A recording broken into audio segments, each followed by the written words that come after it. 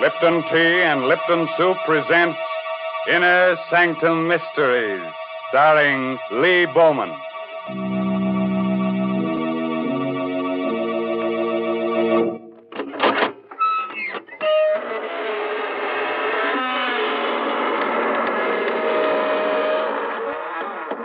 Good evening, friends.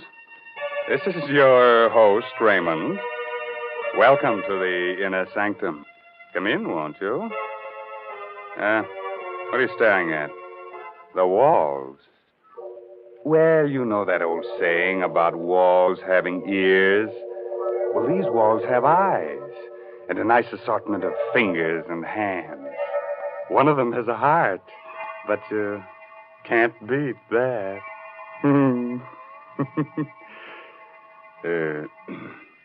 Don't mind me, friends. In my old age, I'm getting to be a bit of a gore. You're getting to be a crotchety old bachelor, that's what. Who said that? Oh, Mary Bennett. Hello. Tell me, Mary, do you think I should get married? You know, I used to have a girlfriend, but she threw me over. She was a vampire. She said I wasn't her blood type. Mr. Raymond, please, what a silly thing to say. More and more, I'm convinced that what you need is a wife. I'd just love to see the way a wife would handle you. Would you send me a wedding present, Mary? I sure would. I'd send you a big supply of Lipton's noodle soup. You know, I'll bet your wife would appreciate that. My goodness, in the old days, it took a woman all day to make a pot of noodle soup, whereas nowadays it only takes a jiffy. That is, when you use Lipton's noodle soup mix. But Lipton's has got the same homemade taste, believe you me. It's got the same chickeny flavor. Yes, sir, a hot plate of Lipton's noodle soup is a grand welcome home for the whole family. One whiff of that savory Lipton's noodle soup, and folks feel relaxed and ready for dinner with a rousing good appetite. Well, now, that's a very pretty picture, Mary. Which reminds me, our story tonight is about one of the fine arts, murder. It's called Death is an Artist, an original tale by Frederick Maytho. And our star is from Hollywood, Lee Bowman, soon to appear with Rita Hayworth in the Columbia Technicolor picture Tonight and Every Night. So, curdle close to the fire and turn the lights down real low. By the way, if you have a little spook or two in your home, looking behind your shower curtains before turning on the water is the courteous thing to do. Otherwise, you might be dampening your spirits. Now, let's get on with our story. I'm Stevie, a reporter. I'm what's called a police reporter, because I hang around police stations for my stories. But tonight, I'm the best reporter in the world, because I've got that kind of a story that's only given to one writer in 1,000, once in a lifetime. This story begins with the end of a man's life. Yesterday, an old man living alone with his 5 cats on an abandoned barge under the Brooklyn Bridge cut off the heads of 4 of his cats, then expertly slit his own throat from ear to ear. At 6 o'clock on the morning we got the flash about this old man, I was playing cribbage with Mike, my police pal, at the station house squad room. Burke, the desk captain, was snoring his head off. Okay, Mike, there it is. Go, 121 points. That last run made it. You're the luckiest jerk, Stevie. We're both lucky. Not a call the whole night. Sure hate to drive out to anything in this blizzard. Uh-oh.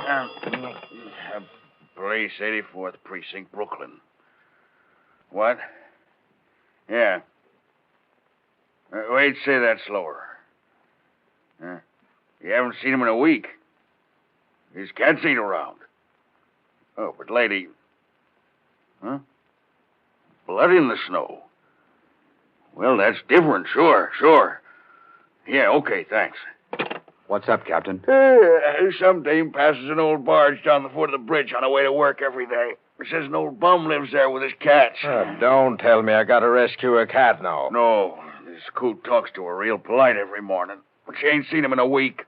Today she goes to look close like, and finds blood in the snow near the door. So... So we go see. Well, probably went south for the winter.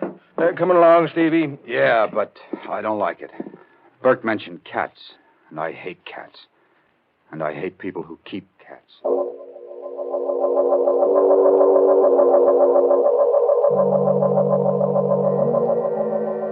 Well, this is it, I guess. Come on, Stevie. Hey, look, Mike. There's a snowman. So what? Haven't you ever seen a snowman? Yeah, but look. That's not an ordinary snowman. It's a beautifully sculptured head of a woman made out of snow. Ah, come on. It's cold. Let's get inside this scow here. Hey, open up. Open up there. Open up inside. There is blood out here, Mike. Look. See? Here's where the woman's footprints stop. Okay, Sherlock. Help me bust this door. Okay.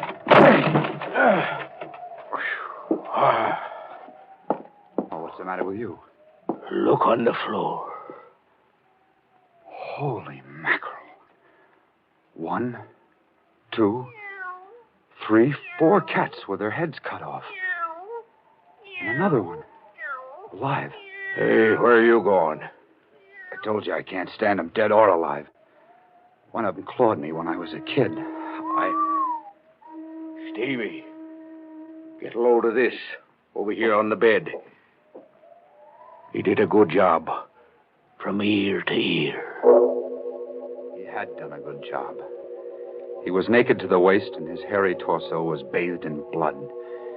His head lay to one side and was nearly severed at the throat. His mouth, a strangely sensitive mouth, hung foolishly open in the middle of a matted mass of beard. But it was his eyes that stirred something inside me. They were cold black agates that smoldered with defiance, even in death. They seemed to carry a message only I was meant to see.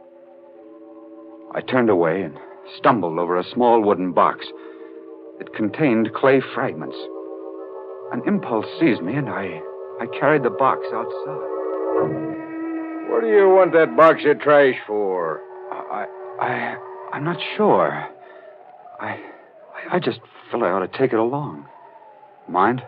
Just junk. These bums collect the screwiest stuff. Come on, I'll drop you off at your paper. You'll get a news beat on this anyhow.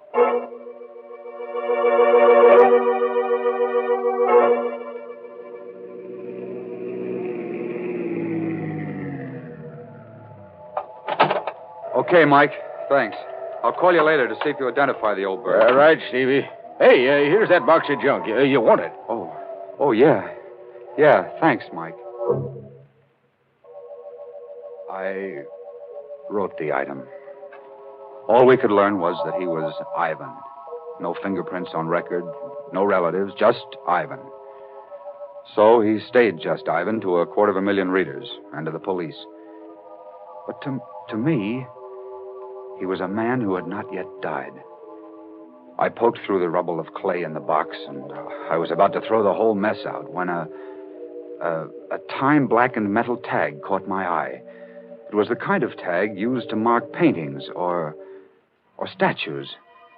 It read, Agatha, January 2nd, 1924. 20 years ago, today. And below that was a name, Ivan Thorne. The name jangled a bell in my memory. It frightened me. It fascinated me. I rummaged in the box some more. A hunch grew to certainty. Ivan Thorne had been a sculptor. Here was a fragment of clay, a nose. Here, part of a chin. Here, an ear, a woman's ear. And the snow image of a woman's head came to mind. Why did Ivan Thorne, a sculptor of obvious talent, do a head of a woman named Agatha in clay, then on the same date, 20 years later, as a bum, reproduce it in snow and slit his throat? I found the answer in the yellowed clippings of the newsroom morgue. The story of Ivan Thorne was filed under Murders Unsolved. After I'd read the story, I marched into GC's office. Hey, what's up, Stevie? They study the Brooklyn Bridge again? No. You read the item on the old guy I found with his throat cut? Sure. Cut off his cat's heads, then his own, unidentified. Good item. I know who he is. Was. Yeah? Story? Story. You got time to listen? Shoot.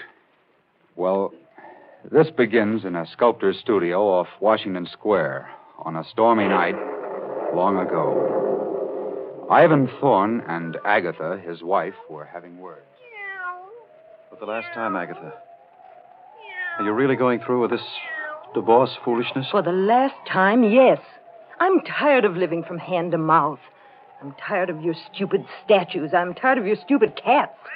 I'm tired of you. All right. I'll give you the divorce. You can marry Greg Stevens. He'll give you everything you want. But Horace stays with me. I want custody of the boy. The court will decide that.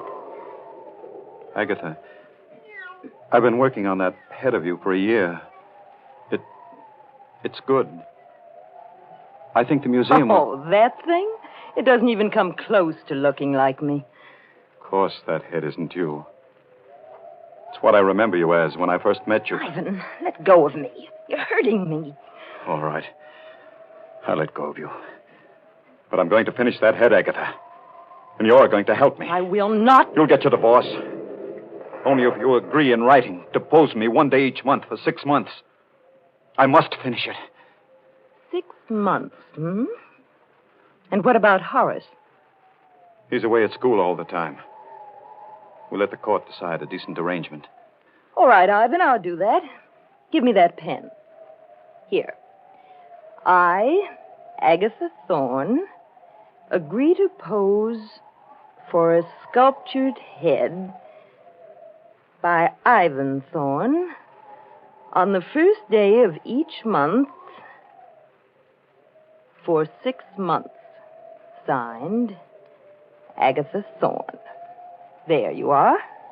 Now, get out. Get out before I break your neck.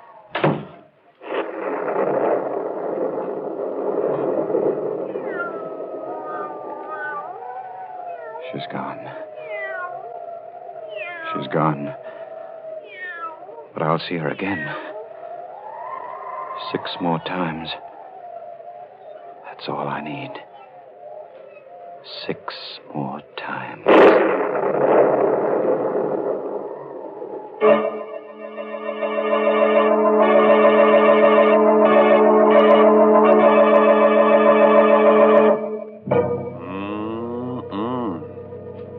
Sounds to me like this Ivan guy is working up a neat little catastrophe. Mr. Raymond. Yes, Mary. I got to thinking about that snowman they found. Did you ever make a snowman? Oh, sure, and I cut off his head for a souvenir. Kept it in the icebox over the summer. You're teasing me, Mr. Raymond. But you know, when I was a child, we used to spend all afternoon making a snowman. And then we'd go in the house for supper with our cheeks red as a frost apple and with a real country appetite. The house was so warm and cozy. Yes, and filled with all the exciting smells of good cooking. You know how children are. They play in the snow and then come in ready to eat you out of house and home. And I've got a grand suggestion for these winter night suppers. Lipton's Noodle Soup Mix. It's such a heartening dish. Thrifty, too. Costs a lot less than canned soups. Yes, Lipton's Noodle Soup just seems to belong to folks young and old who've got a healthy appetite and a yen for homemade chickeny-tasting soup. Mary. Yes, Mr. Raymond? Mr. Bowman is waiting to resume his part of the young police reporter, Stevie. That's right. You remember, Stevie told his editor that Ivan was divorced by his wife, Agatha, 20 years ago, and how the events that followed turned the sculptor into the tired old bum he was when he slit his throat under the Brooklyn Bridge. Well, Stevie, did Agatha get her divorce? Yes, and the court gave her custody of their 6-year-old kid, Horace. She married Greg Stevens, and according to these clippings, she kept her agreement with Thorne. She posed for the head he was doing of her so that he could finish it. The first day of each month for 6 months, huh? Yeah. How'd he take the divorce and losing his kid and all? Beautifully. So everybody thought.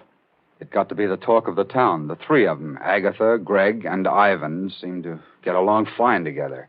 The Stevenses were frequent callers at Thorne's studio. Oh, I say, Thorne, why won't you show me the head you're making of Agatha? It isn't fair, you know. Not till it's finished, Greg. You wouldn't appreciate it as it is now. It really is good, Ivan. When will you finish it? Yes, Ivan, when? I want to finish it on New Year's Day. That will be the last time you need pose, Agatha. Can you make it that day? Well, I'll just have to, won't I? Yes. At 3 o'clock? At 3 o'clock. Come on, Greg, darling. Good night, Ivan. Good night, Ivan. My goodness, 6 months goes by so fast, doesn't it?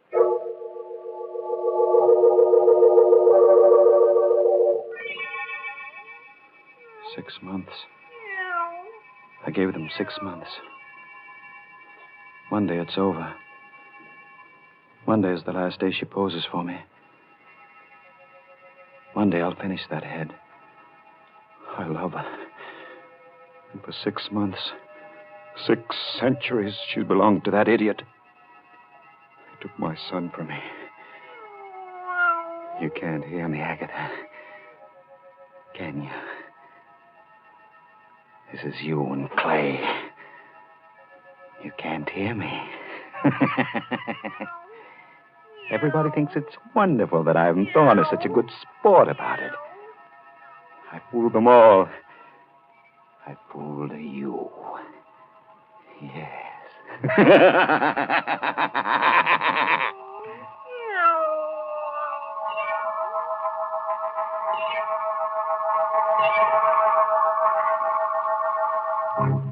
Then he really was out of his mind, Stevie, this Ivan guy. Sure, but with a madman's cunning, he disguised it well at that point. Only his cats knew it, I guess. New Year's Day, 1924, was a howling wintry day. Neighbors later testified to seeing Ivan's massive frame, coat flailing open in the wind, eyes staring, unblinking, as he turned into his building. It was the last time they saw him. In his studio, Ivan kicked his door shut and began talking to Agatha's statue, as he'd gotten into the habit of doing now for some time. I'll set the table by the fire, Agatha, just as we always did. You like that. And I'll set a place for little Horace. Oh, I know you don't want him to come here, but we'll just make believe, huh? Agatha, I must pull myself together. Happy New Year, Agatha. Come in, come in. And the same to you, Ivan. Oh, let me get to that fire quickly. I'm frozen up. Why are you bolting the door? The draft rattles the door. Here, give me a coat. Now, how about a bite? By the fire? Why, Ivan. How quaint. Just like old times, hmm? This is the last time you'll come to pose. Have you minded living up to our agreement? No, Ivan. You've been very decent about it.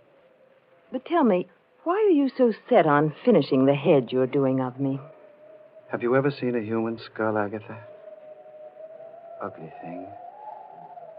Long after that pretty head of yours becomes a skull, the head I'm making of you will live in ageless bronze. That's why I'm so anxious to finish this work. I see. Well, shall we start, Ivan?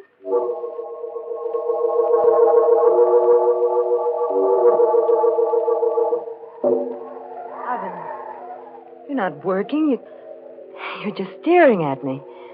I'm studying the line of your neck, darling. It eludes me. Well, hurry, please. I've sat here for 2 hours now. I'm tired. I'll be finished soon. Then you can rest, darling. Then you can rest. Ivan, you're looking at me as though... Ivan! You've moved your head again, darling. Here, let me show you. There. So. Just like this. Don't move, Agatha. My fingers are loose on your throat. But in a split second, I can sink them into you tight. Like this. Don't... I've loved you more in these few months you've been away from me than I ever did before. I'll always love you. But if I can't have you, no one else can. Ivan, you're mad. You can't do that. I gave you 6 months with that fool because I wasn't sure. I thought I could get over losing you and the boy. But I can't. We all thought you were... Resigned. No. Even now, I don't know if I want to kill you, Agatha. I'm not sure. No, you don't. You know you don't. Think of Horace. Your son. I am thinking of you, little fool. Oh, Greg. Greg, help me. Greg. You've got the nerve to speak his name here. No. You want Gregory.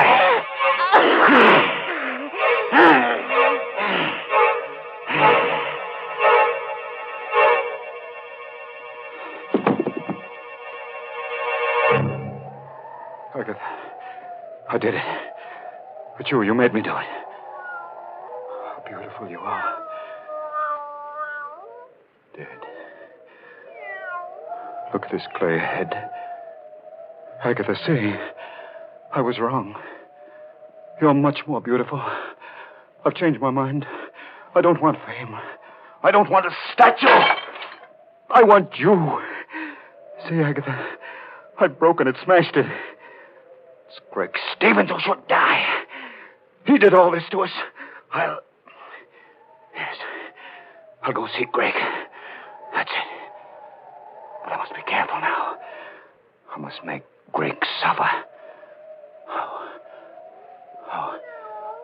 I have it. Yes. He must know that he, too, has lost Agatha.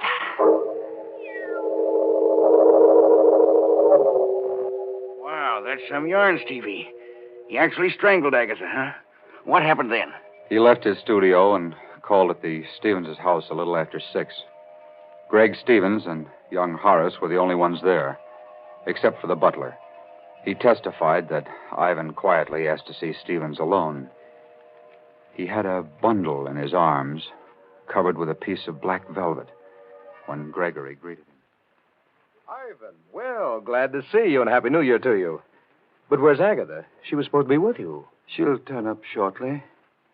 Said something about a girlfriend she had to stop by for. Oh, I see. Well, come on in, Ivan. We can have a glass of sherry while we wait.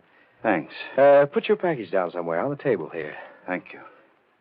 Did you get a lot done today? On the head, I mean? Yes. I've finished it. Oh, good. Say, that wouldn't be it in that box, would it? Yes, as a matter of fact, it is. Well, good heavens, man, let me see it. I've been kept from all this long enough. Now that it's finished, wait. I'd Till Agatha gets here. I'm going away for a while, Stevens. Before I go, I want you to tell me something. Do you love Agatha? A lot, I mean. A lot? I worship her. I adore her. You know what you did to me when you took Agatha and my boy from me? Well, the choice was hers. I'm glad for my sake. I'm sorry for you. But I thought you were resigned by now. Resigned? You poor fool. I've lived a life of raging hate for you. Ivan, sit down. You don't have to be sorry for me anymore, Greg. You can start feeling sorry for yourself. Thorne, what are you driving at? Everything comes out even, Greg. Come over here. What's in that box? Come closer, Greg. Here. I'll take the cloth off. See for yourself. Agatha! You fiend! You beast, I'll kill you! Hurts, doesn't it, Greg? Hurts to lose Agatha. Doesn't it? I'll kill you! I'll kill you! Oh, you won't! Get away from me! You won't kill me. I won't kill you. We'll both live to remember. Thorne didn't kill Stevens?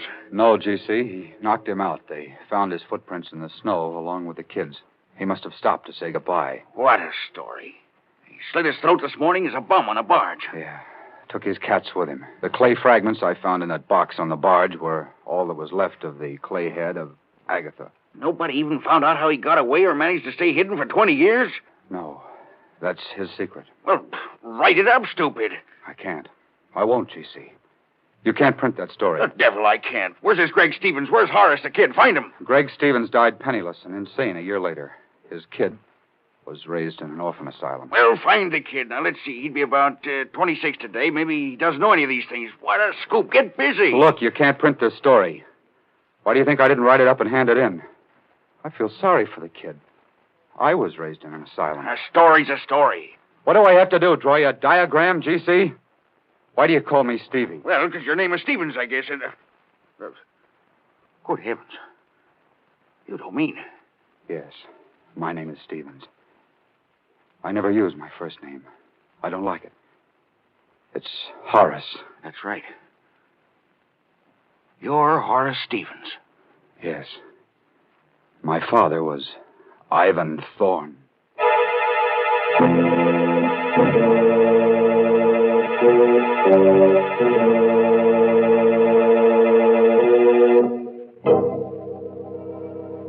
You have a little sculptor in your home. Better take his modeling away from him. Might grow up to be a bust. That's enough to give anybody the creeps. It certainly is, Mr. Raymond. Mary Bennett. Say, didn't you like our story tonight? Well, it was exciting, all right, but why don't you tell stories about normal, happy people? Of course, folks like that never get murdered or anything, but interesting things happen to them. Nice things, too. Like discovering Lipton's noodle soup, huh, Mary? Well, why not? Lipton's noodle soup is a good way to brighten up a meal, and good meals are a mighty important part of life. So, folks, maybe you've tried other envelope soups, but if you've never tried Lipton's noodle soup, you've got something real nice ahead of you, because Lipton's is the favorite noodle soup of them all. Our moral for tonight is don't drive alone. If you have a car, lucky you, form a carpool.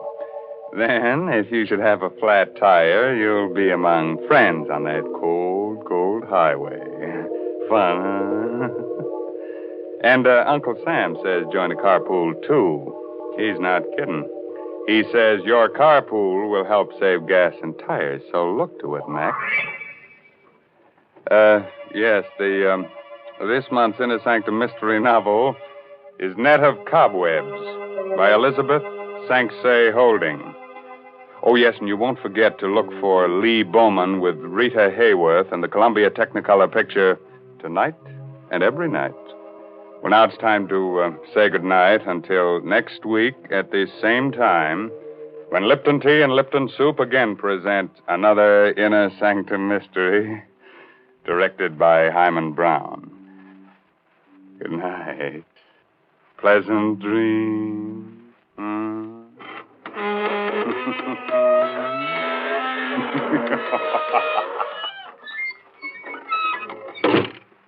Folks, I got to thinking about wintertime, about snowmen and frost pictures on the windows, and about how cozy a house can be when there's a gale blowing outside. And then I got to thinking about Lipton tea, because a cup of Lipton's, the tea with that brisk flavor, really hits the spot. It's so cheerful and warming. You know, the word brisk, B-R-I-S-K, means that Lipton tea has a fresh, lively flavor. It's never thin or wishy-washy. That's why Lipton's is America's favorite tea. So don't forget to ask for it when you go to the grocery store. And don't forget to tune in next Tuesday night for another Inner Sanctum mystery.